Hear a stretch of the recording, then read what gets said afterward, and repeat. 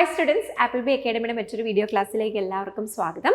So നമ്മൾ ഇന്ന് discuss ചെയ്യാൻ പോകുന്നത് കോസ്റ്റ് ആൻഡ് മാനേജ്മെന്റ് അക്കൗണ്ടിംഗ് എന്ന് പറയുന്ന ഏരിയയിലെ ബ്രേക്ക് ഈവൻ അനാലിസിസ് എന്ന് പറയുന്ന ടോപ്പിക്കാണ്. സോ പലപ്പോഴായിട്ട് നമ്മൾ കോസ്റ്റിംഗിലെ പ്രധാനപ്പെട്ട ഏരിയാസുകൾ ഡിസ്കസ് ചെയ്തിരുന്നതാണ്.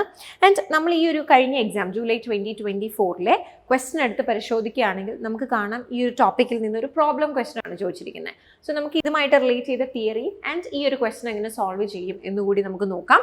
സോ നമുക്ക് തന്നിരുന്ന ക്വസ്റ്റൻ ഇതാണ്. സെല്ലിംഗ് പ്രൈസ് പെർ യൂണിറ്റ് തന്നിട്ടുണ്ട്, വേരിയബിൾ കോസ്റ്റ് പെർ യൂണിറ്റ് തന്നിട്ടുണ്ട്, ഫിക്സഡ് കോസ്റ്റ് തന്നിട്ടുണ്ട് ആൻഡ് കാൽക്കുലേറ്റ് ചെയ്യാൻ ചോദിച്ചിരിക്കുന്ന break even point in units ആണ്.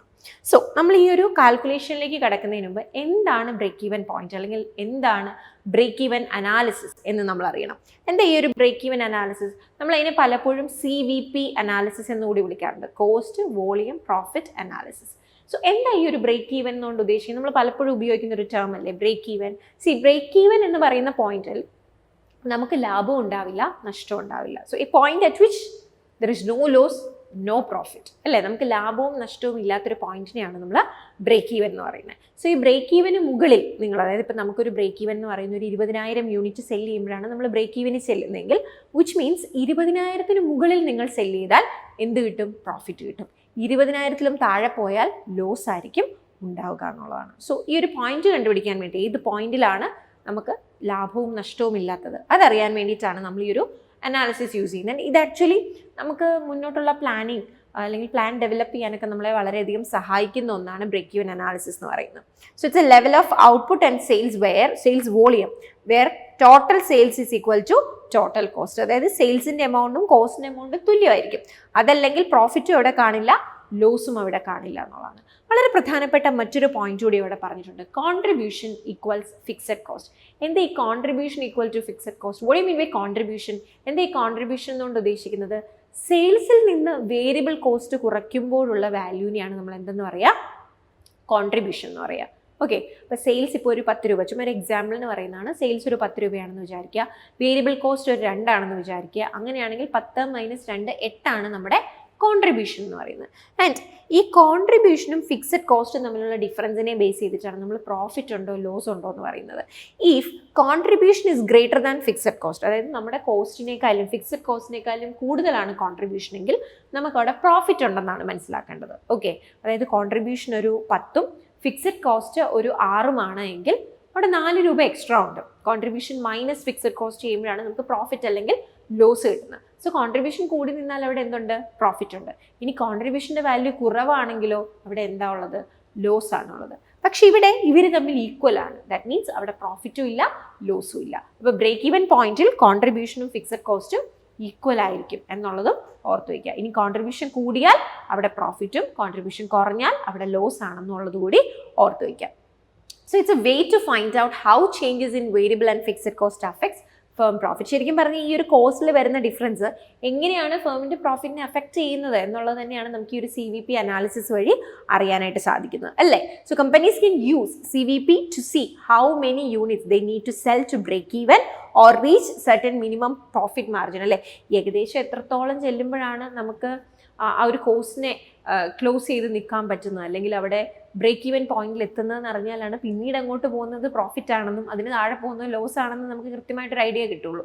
സോ ആ ഒരു രീതിയിലൊക്കെ വളരെ ഇമ്പോർട്ടൻ്റ് ആയിട്ടുള്ള ഒരു അനാലിസിസ് ആണ് CVP അനാലിസിസ് അല്ലെങ്കിൽ ബ്രേക്ക് ഈവൻ അനാലിസിസ് എന്ന് പറയുന്നത്. ഇങ്ങനെയുള്ള ഏരിയാസ് പഠിക്കുമ്പോൾ ഇതുമായിട്ട് ബന്ധപ്പെട്ട അസംഷൻസ് പഠിക്കുക എന്നുള്ളത് വളരെ വളരെ ഇമ്പോർട്ടൻ്റ് ആണ്. ആൻഡ് ലെറ്റ്സ് സീ ഇതുമായിട്ട് ബന്ധപ്പെട്ട അസംഷൻസ് എന്തൊക്കെയാണെന്നുള്ളത്. ഈ ഫസ്റ്റ് അസംഷൻ എന്ന് പറയുന്നത് കോസ്റ്റിനെ എഫക്റ്റ് ചെയ്യുന്ന അല്ലെങ്കിൽ ഈ പറയുന്ന കോസ്റ്റും റവന്യൂവും എന്ന് പറയുന്ന കാര്യങ്ങളിൽ ചേഞ്ച് വരുത്തുന്നത് ഈ പറയുന്ന നമ്പർ ഓഫ് യൂണിറ്റ്സ് മാത്രമാണ്. Only driver for cost and revenue is number of units. അതായത് യൂണിറ്റ്സ് കൂടുകയോ യൂണിറ്റ്സ് കുറയുകയോ ചെയ്യുന്നതനുസരിച്ചാണ് കോസ്റ്റ് റവന്യൂ, അതായത് നമ്മൾ വിൽക്കുന്ന ക്വാണ്ടിറ്റിയുടെ എണ്ണം അത് കൂടുകയോ കുറയോ ചെയ്യുന്നതനുസരിച്ച് ഈ കോസ്റ്റും റവന്യൂ മാറും. വേറൊരു കാര്യങ്ങളും അതിൻ്റെ കോസ്റ്റിനെയോ റവന്യൂവിനെ എഫക്റ്റ് ചെയ്യുന്നില്ല എന്നുള്ളതാണ് ഒന്നാമത്തെ അസംഷൻ. ഇനി അവിടെയുള്ള മറ്റൊരു പ്രധാനപ്പെട്ട അസംഷൻസ് സെമി വേരിയബിൾ കോസ്റ്റ് ഇല്ല എന്നുള്ളതാണ്. അസംഷൻസ് ശരിയെന്നുള്ളതല്ല കേട്ടോ. അസംഷൻ നമ്മളിപ്പോൾ ഒരു തിയറി ഡെവലപ്പ് ചെയ്യാൻ വേണ്ടി നമ്മൾ സെറ്റ് ചെയ്ത് വെക്കുന്ന കുറച്ച് ബേസിസ് ആണ്. അപ്പം അത് അതിനുള്ളിൽ നിന്ന് കാര്യങ്ങൾ ഡിസ്കസ് ചെയ്യുന്നു എന്നുള്ളത് മാത്രം. അതല്ലാതെ അസംഷൻസ് എല്ലാം നമ്മൾ ലോജിക്കലി ചിന്തിച്ച് നോക്കുമ്പോൾ ശരിയായിരിക്കണമെന്നില്ല. ഇപ്പം സെമി വേരിയബിൾ കോസ്റ്റ് എന്ന് പറഞ്ഞാൽ എന്താ, ഒരു പോയിന്റ് വരെ അത് ഫിക്സഡ് ആണ്, അതിനുശേഷം അത് വേരി ചെയ്യും. ഇപ്പം ഫോർ എക്സാമ്പിൾ നമ്മുടെ ഇലക്ട്രിസിറ്റി പേയ്മെൻറ്റ് അല്ലെങ്കിൽ അതിൻ്റെ ബില്ലെന്നൊക്കെ പറഞ്ഞ് നിങ്ങൾ എടുത്ത് നോക്കിയാൽ അറിയാം അതിൻ്റെ ചാർജസ് എങ്ങനെയാണ്. ഒരു പോയിന്റ് വരെ നമ്മളിപ്പോൾ കണക്ഷൻ എടുത്ത് വെച്ചിട്ടുണ്ട്, അത് ഉപയോഗിച്ചാലും ഉപയോഗിച്ചില്ലെങ്കിലും നിങ്ങളൊരു സർട്ടൻ എമൗണ്ട് പേ ചെയ്യണം. അതിനുശേഷം നമ്മുടെ ഉപയോഗം അനുസരിച്ചാണ് അതിൽ മാറ്റം വരുന്നത്. സോ ആ തരത്തിലുള്ള കോസ്റ്റ് ഒക്കെ ഒരു ഓർഗനൈസേഷനിൽ ഇല്ല എന്ന് പറഞ്ഞാൽ അത് ശരിയാണോ?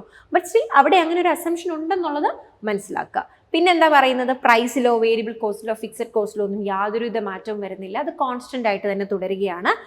എത്ര പ്രോഡക്റ്റ് നമ്മൾ പ്രൊഡ്യൂസ് ചെയ്യുന്നുണ്ടോ അത്രയും തന്നെ നമ്മൾ വിൽക്കുന്നുണ്ട് എന്നുള്ളതാണ് മറ്റൊരു അസംഷൻ. 10,000 യൂണിറ്റ്സാണ് നിങ്ങൾ പ്രൊഡ്യൂസ് ചെയ്യുന്നെങ്കിൽ 10,000 യൂണിറ്റ്സ് തന്നെ നിങ്ങൾ സെല് ചെയ്യും എന്ന് പറയുന്നു. ഇനി സെയിൽസ് പ്രൈസും സെയിൽസ് മിക്സും അതെങ്ങനെയാണോ അത് അതുപോലെ തന്നെ തുടരും, യാതൊരുവിധ മാറ്റവും വരില്ല. ടോട്ടൽ ഫിക്സഡ് കോസ്റ്റും വേരിയബിൾ കോസ്റ്റ് പെർ യൂണിറ്റും കോൺസ്റ്റന്റ് ആയിരിക്കും.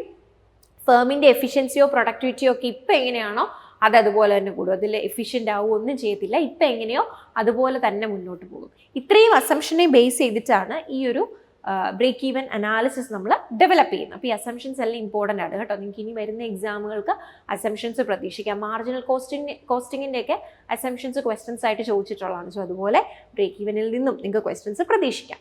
ഇനി ഇതിൻ്റെ ഒരു അഡ്വാൻറ്റേജിലേക്ക് വരികയാണെങ്കിൽ നമുക്ക് ഈ ബ്രേക്ക് ഈവൻ അനാലിസിസ് വെച്ചിട്ട് നമുക്ക് കൃത്യമായിട്ടുള്ള ബ്രേക്ക് ഈവൻ പോയിന്റ് കണ്ടുപിടിക്കാനായിട്ട് സാധിക്കും. നമുക്ക് ഇൻവെസ്റ്റ്മെൻറ്റ് പ്രപ്പോസൽസിനെ പ്രോപ്പറായിട്ട് ഇവാലുവേറ്റ് ചെയ്യാൻ സാധിക്കും.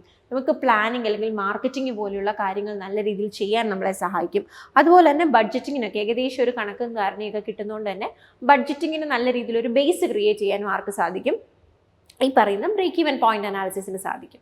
എങ്കിലും നമ്മളിപ്പോൾ പറഞ്ഞ അസംഷൻസ് തന്നെ ഇതിന് വലിയൊരു ലിമിറ്റേഷൻസ് കൊടുക്കുന്നുണ്ടെന്നുള്ളതാണ്. നമ്മളിപ്പോൾ കൺസിഡർ ചെയ്ത അസംഷൻസ് എല്ലാം തന്നെ നിങ്ങൾ എടുത്തു നോക്കിയേ, ഒരു മെജോറിറ്റിയും അൺറിയലിസ്റ്റിക് ആണ്. നമുക്കത് റിയാലിറ്റിയിൽ വരുമ്പോൾ അങ്ങനെ ഒരു അസംഷൻ വർക്കൗട്ട് ആവത്തില്ല. പിന്നെയോ semi variable, semi fixed cost, ഇതൊക്കെ എല്ലാ ഓർഗനൈസേഷനിലും ഇല്ലേ. അപ്പോൾ ഇതില്ല എന്ന് പറയുന്നതും തെറ്റായിട്ടൊരു അസംഷനാണ്. ഇനി number of units cannot be the only driver of total cost and revenue. നമ്മൾ ഫസ്റ്റ് അസംഷനായിട്ട് ഡിസ്കസ് ചെയ്തതാണ്. കോസ്റ്റിനെയും റവന്യൂവിനെയും അഫക്റ്റ് ചെയ്യുന്ന ഒരേ ഒരു ഫാക്ടർ എന്ന് പറയുന്നത് എത്ര യൂണിറ്റ്സ് പ്രൊഡ്യൂസ് ചെയ്യുന്നുണ്ട് അല്ലെങ്കിൽ എത്ര യൂണിറ്റ്സ് സെല്ല് ചെയ്യുന്നുണ്ട് എന്നുള്ളതാണ്. പക്ഷെ അത് മാത്രമാണ് ഒരു കോസ്റ്റിനെ റവന്യൂ തീരുമാനിക്കുന്നത്. നമ്മൾ അവിടെ എത്ര ഔട്ട്പുട്ട് ഉണ്ടാക്കുന്നുണ്ട് എന്നുള്ളത് മാത്രമാണോ? അല്ല, ആ ഓർഗനൈസേഷനായിട്ട് ബന്ധപ്പെട്ട് എത്ര തരത്തിലുള്ള കോസ്റ്റ് ഉണ്ട്, പക്ഷെ അതൊന്നും ഇവിടെ കൺസിഡർ ചെയ്തിട്ടില്ല. അപ്പോൾ അതൊക്കെ തന്നെയും അതിൻ്റെ ലിമിറ്റേഷൻ ആണെന്നുള്ളതാണ്. ഓക്കെ, ആൻഡ് ഞാൻ ഓൾറെഡി പറഞ്ഞൊരു പോയിന്റ് നമുക്ക് വീണ്ടും ഇവിടെ ഒന്നുകൂടി എടുത്തു പറയാം.